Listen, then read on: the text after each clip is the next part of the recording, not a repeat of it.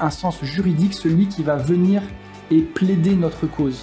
Sa volonté, c'est restaurer. Sa volonté, c'est de créer de la paix dans les relations. Tu as une rivière devant toi, et là, tu vois une petite pépite d'or. Tu la prends, tu pars. Non, il y en a d'autres. Attends, tu sais qu'il y a une rivière, tu sais qu'il y a de l'or dans la rivière. Ah, allez, je pars. Mais non, elle creuse quoi. Franchement, bien sûr, tu veux plus.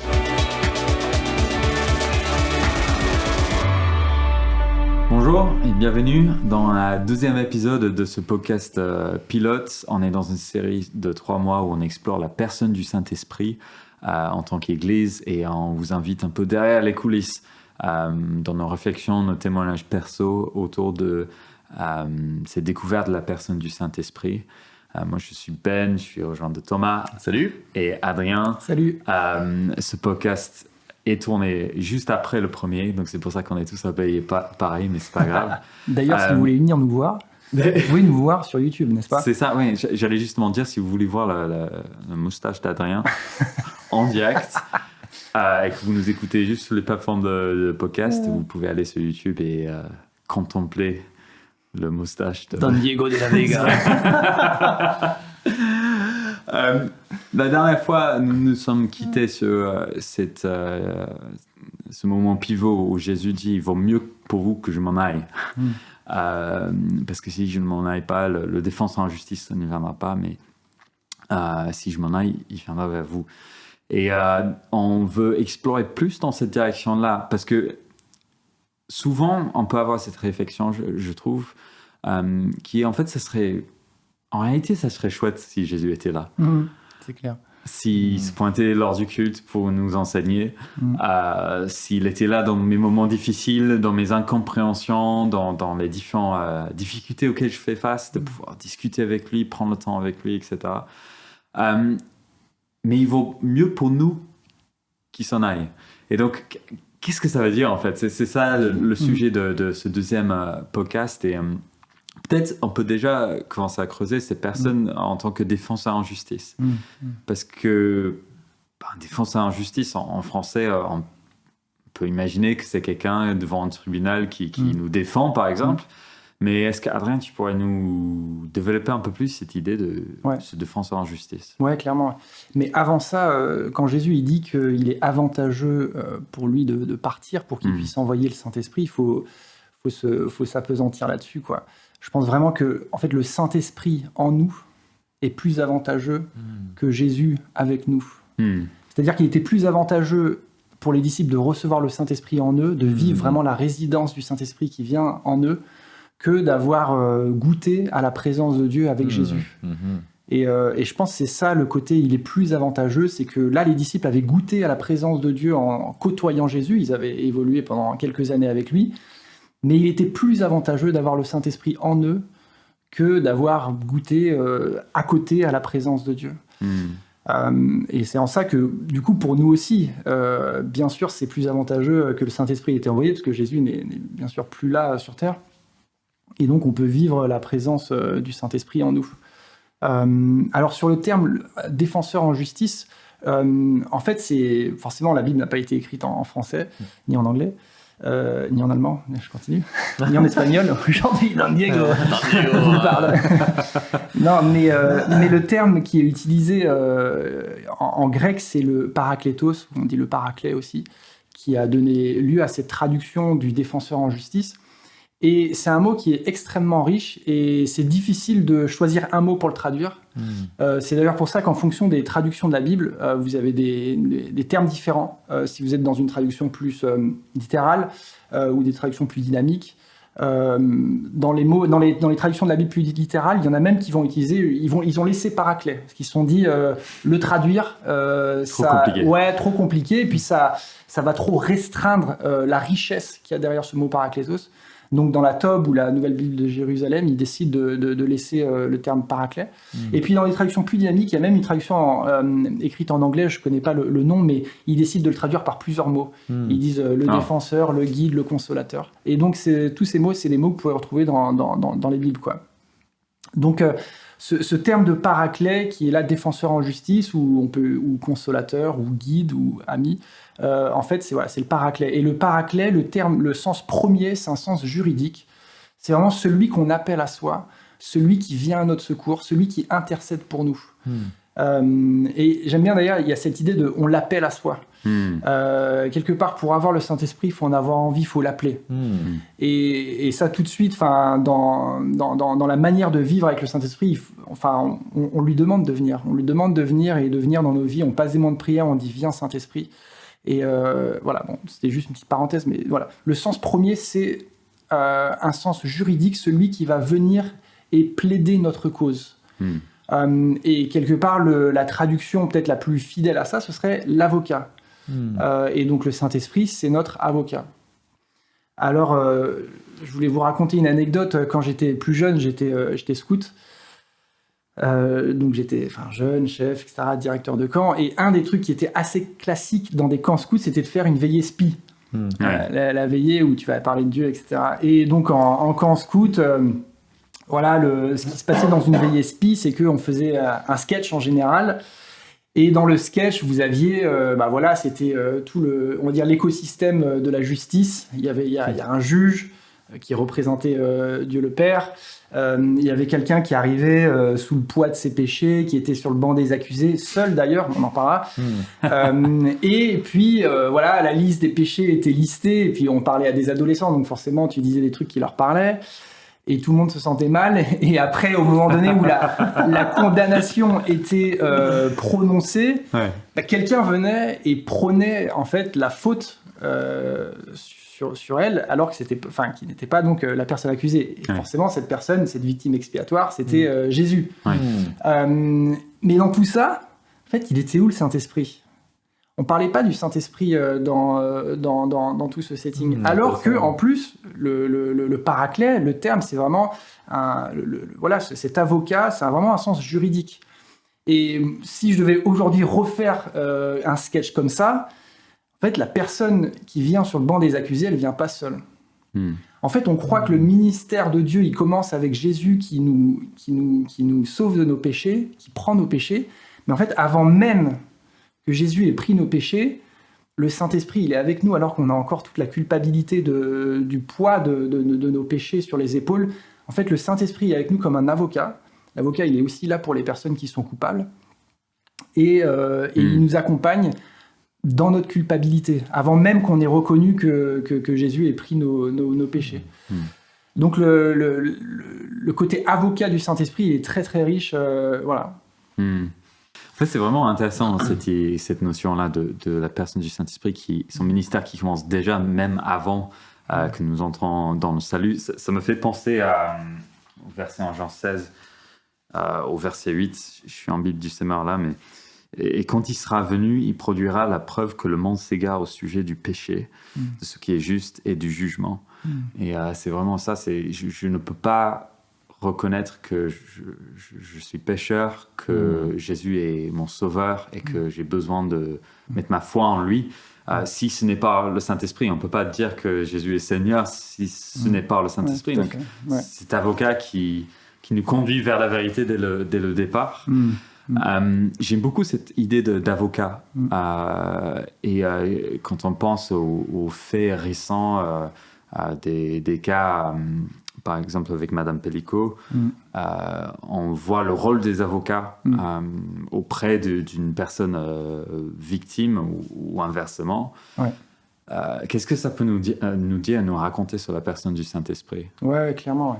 J'ai été, comme beaucoup, j'imagine, d'entre vous, à suivre l'affaire des viols de Mazan. Et c'est une affaire qui m'a vraiment bouleversé, de par forcément l'atrocité de l'événement, et puis du courage de Gisèle Pellico d'avoir levé le huis clos sur cette affaire. Et une chose qui m'a particulièrement touché dans cette affaire, c'était les deux avocats de Gisèle Pellico, à sa gauche et à sa droite. Je les voyais vraiment comme des gardes du corps, en fait, qui l'accompagnaient au tribunal, qui la protégeaient des passants, des journalistes ou des personnes même qui pouvaient la harceler.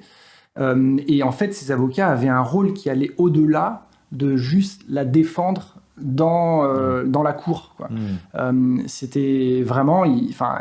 je me dis, si elle a réussi à tenir, bien sûr, elle est très courageuse et voilà, d'avoir fait ça, mais ces 2 avocats qui étaient là à sa gauche et à sa droite m'ont vraiment permis de tenir au-delà des moments qui étaient dans la cour. Et je cherchais, quand justement tu disais qu'on était dans la série de prédications sur le Saint-Esprit, et donc je naviguais un peu sur Internet pour voir un peu plus la signification du mot paraclet. Et je tombe sur un site qui décrit un peu ce mot. Et donc, voilà, il parle du fait que c'est plus que juste une assistance juridique, c'est aussi l'aspect d'accompagner les gens dans ce qu'ils sont en train de vivre, dans leurs émotions, dans être à leur côté, etc. Et je me dis, ouais, il est super ce site, il explique bien et tout. Je croyais que c'était sur un site chrétien, oui, Internet. Et en fait, je regarde la source et en fait, je suis sur un site d'un cabinet d'avocats aux États-Unis qui sont en train de décrire le type d'accompagnement qu'ils donnaient à leurs clients. Ouais. Et donc, ils avaient vraiment cette idée du paraclet, de la personne qui va venir, qui va consoler, accompagner, bien sûr juridiquement, mais aussi tout le reste. Ouais. Et ça m'a vraiment touché dans ces affaires des viols de Mazan. Maintenant, l'autre chose qui était aussi marquant dans cet événement, c'est l'avocate de Dominique Pellicot, qui était bien sûr la personne qui a commis ces atrocités sur sa femme. Et elle a été reconnue d'ailleurs de tous d'avoir d'avoir bien défendu Dominique Pellicot en respectant la dignité, en respectant Gisèle Pellicot. Et en fait, notre avocat, c'est à la fois quand on est victime et à la fois quand on est bourreau. Et donc, l'œuvre du Saint-Esprit pour nous, c'est à la fois de nous protéger, de nous accompagner quand on nous fait du mal, mais aussi de nous accompagner et de nous, tu parlais du verset là en Jean 16, de révéler aussi le péché qui est en nous. Et une des choses qui est marquante à un avocat, c'est que un avocat, c'est peut-être la première personne à qui on dit vraiment la vérité. Quand on est la personne qui a fait les mauvaises choses, on va dire. Parce qu'il y a une confidentialité, parce qu'on sait que l'avocat ne va pas nous juger, parce qu'il faut qu'il ait toute la vérité pour nous sortir de là. Et donc le rôle du Saint-Esprit en tant qu'avocat, c'est aussi de nous aider dans le... Quand on est dans le faux, en fait. Ouais, quand on est dans le faux, et même c'est peut-être la première personne à qui on va se confesser, parce que peut-être que le père, il a trop cette image de juge et de celui qui va être dur, et souvent c'est une image erronée, mais le Saint-Esprit va nous aider. C'est pour ça que je disais dans mon camp scout, là, vraiment si je devais refaire, il y aurait vraiment quelqu'un avec l'accusé sur le banc des accusés, il serait certainement pas seul. Parce que voilà, le Saint-Esprit, c'est celui à qui peut-être qu'on se confesse, quoi, en premier. Moi, je me souviens d'une situation qui date avec une personne qui est un très bon ami maintenant.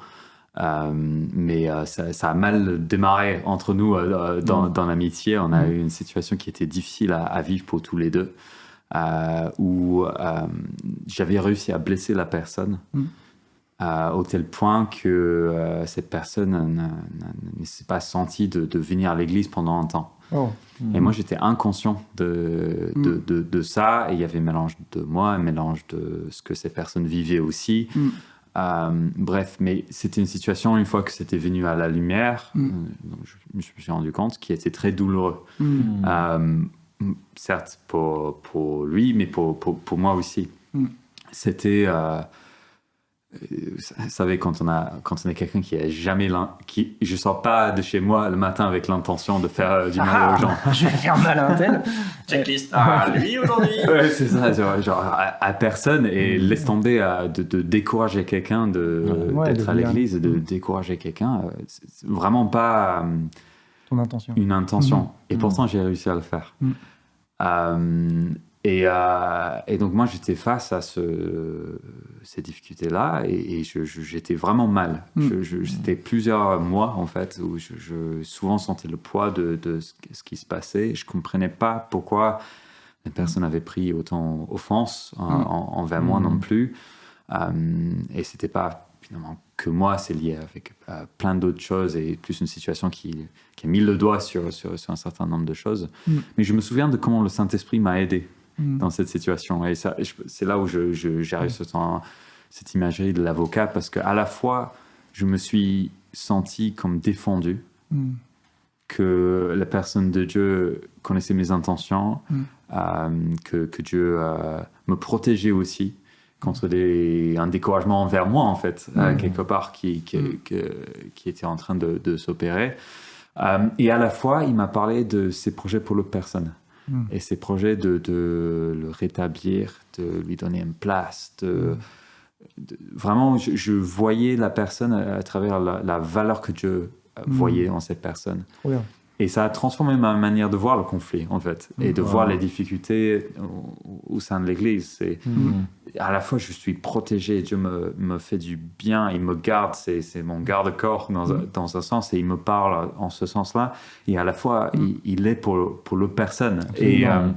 Et sa volonté, c'est restaurer, sa volonté, c'est de créer de la paix dans les relations, et donc je peux à la fois me sentir protégé, à la fois... voir comment Dieu est en train de faire une belle chose dans l'autre personne. Le Saint-Esprit qui est notre paraclet. Paracletos, quoi. Et ce qui... Voilà, enfin, tu disais, le Saint-Esprit, c'est celui qui révèle nos péchés. Et j'ai l'impression que souvent, on attribue ce rôle du Saint-Esprit de révéler nos péchés au moment de la conversion. Et c'est vrai. Mais on continue à faire des péchés après. Et on a toujours besoin du Saint-Esprit dans notre vie de tous les jours pour voilà, se rendre compte. Tu sais quoi, j'ai un petit exemple par rapport à ça. Je vais mettre toutes les filtres, etc. Parce que je pense que ce ne serait pas l'objet d'un podcast d'exposer des péchés. Hein, voilà. Et je vais mettre beaucoup de disclaimers parce que c'est particulier. Mais vous allez voir. Allez, c'est parti. Le Saint-Esprit, c'est ma femme. Elle révèle les péchés dans ma vie. Les péchés et guéri. Il y a ce verset dans Jacques 5. Confessez vos péchés les uns aux autres et priez les uns pour les autres afin que vous soyez guéris. Et franchement, j'ai toujours eu du mal avec ce verset. Je l'ai expérimenté cette semaine.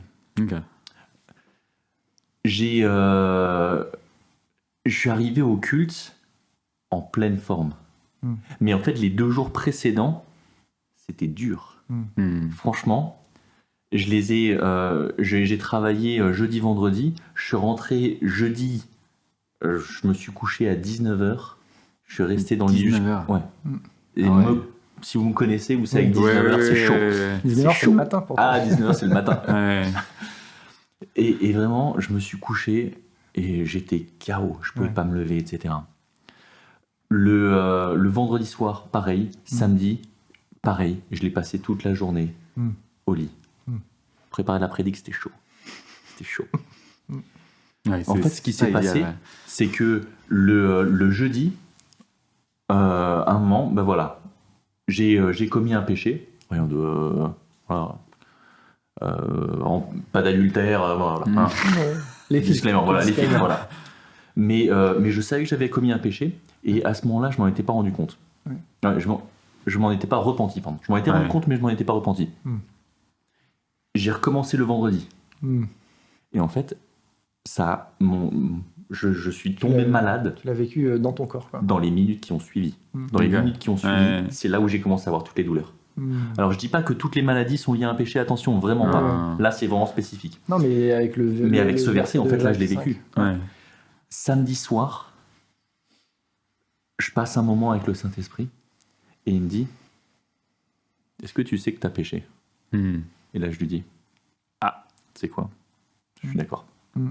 J'ai péché. Et je te demande pardon. Je te demande pardon et je sais que j'aurais pas dû. Je sais que je l'ai gardé. Je sais que j'aurais dû te remettre ce péché déjà. Je le fais maintenant. Et je veux te rendre gloire. Wow. Et dimanche matin. Mais même dans la nuit, j'ai pu bosser la prédication dans la nuit, en pleine forme. Oui, parce que tu avais dormi 3 jours avant. Mais ouais, peut-être. Personnellement, je préfère commencer à genre 8h du matin, être frais. On est tous différents. Mais tu vois, j'ai bossé la prédication dans la nuit, le lendemain matin, au culte. Tu vois, je me suis levé. Tu pétais la forme. Mais franchement, je me suis levé le dimanche matin. What? J'ai réveillé toute la famille avec de la musique, etc. Grande forme. D'accord. Franchement, le Saint-Esprit à ce moment-là, il m'avait révélé ce péché pour pouvoir me restaurer. Parce que sinon, je l'aurais juste gardé, tu vois. Et il a vraiment ce côté de défenseur, les deux, tu vois. Il me défendra si je suis accusé, mais aussi il me montrera Bah oui. là où j'ai fait. Ça, c'est vraiment la bonté de Dieu, en fait. Il est tellement Il nous bon. laisse pas dans le péché, même si Ouais. on n'est pas conscient, mais il nous permet de nous en sortir. Ouais. Je pense à David, le roi David, qui est dans un psaume, j'ai pas la référence en tête, mais qui parle à Dieu et qui dit pardonne-moi les offenses Psaume 51. dont je suis pas encore conscient, quoi. Et il y a vraiment cette notion de ne pas être inquiet, en fait, aussi. Ouais. De est-ce qu'on a fait des erreurs, est-ce que j'ai fait quelque chose contre Dieu? Mais, en fait, c'est un défenseur en justice. Il va t'aider à t'en rendre compte, t'aider à sortir de ça.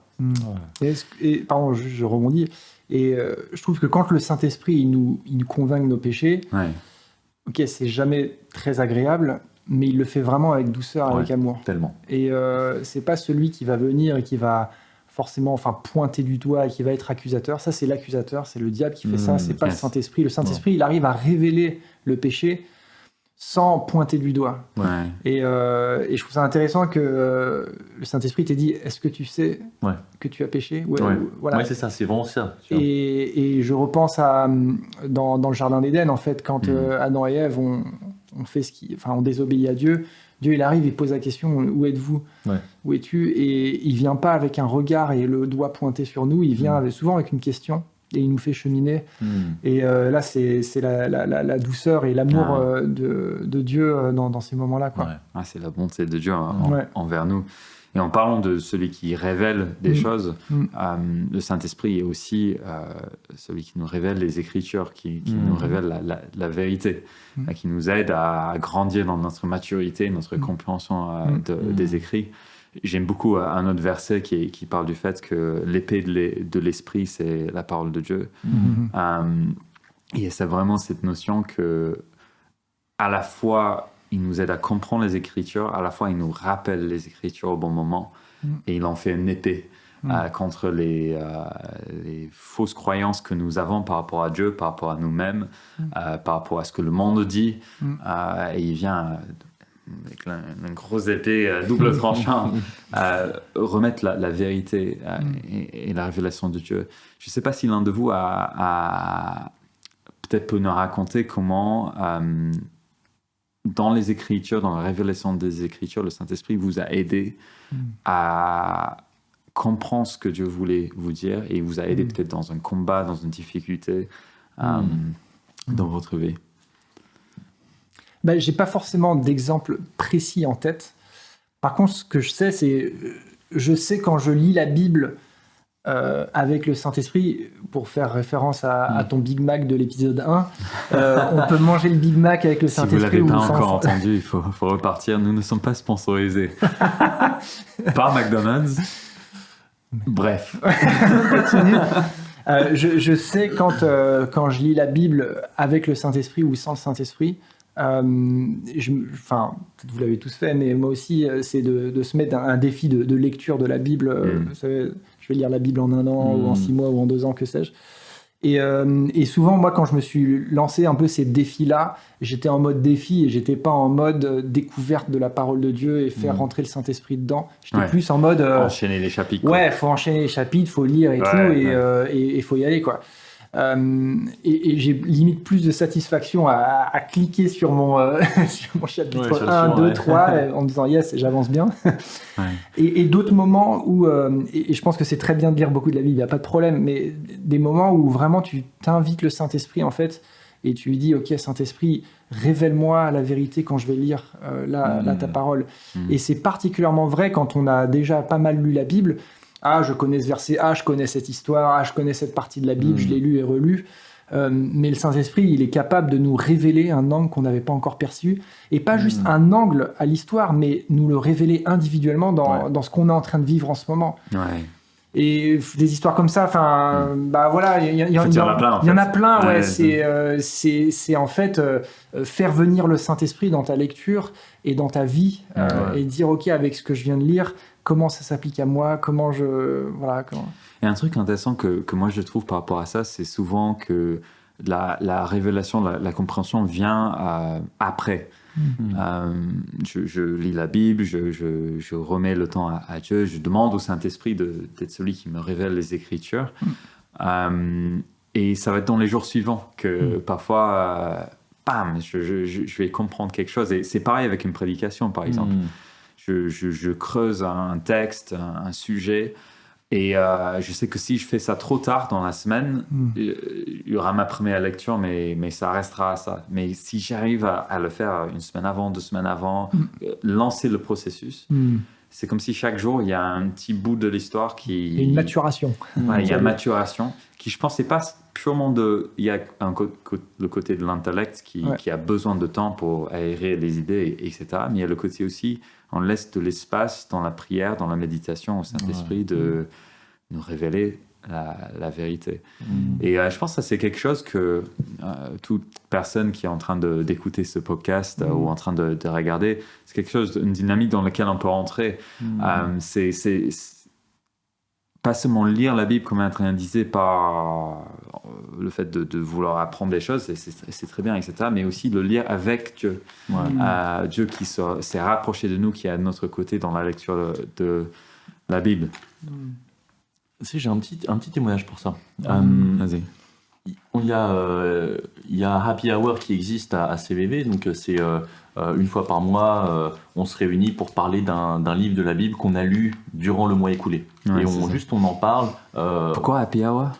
Parce que ça se passe dans un bar. C'est bon, parce qu'on prend un vrai Happy Hour. Un vrai Happy Hour, Okay. c'est 18h30, 20h, tu vois. Le vrai Happy Hour. Belle pub. Belle pub. Et si tu veux, un des derniers qu'on avait fait, c'était sur Joël, le livre de Joël. Et en fait, si tu veux, moi quand je lisais le livre de Joël, c'était sur notamment l'esprit qui tombe sur les jeunes et vieux, se réjouiront ensemble, voilà, ils auront des visions, ok. Et le deuxième aspect que je voyais souvent, c'était le jour de l'Éternel. Et c'est un petit peu, t'as l'impression que t'as l'Éternel qui vient avec la colère, tu vois. En fait, là, quand je l'ai lu, j'ai juste découvert des choses énormes.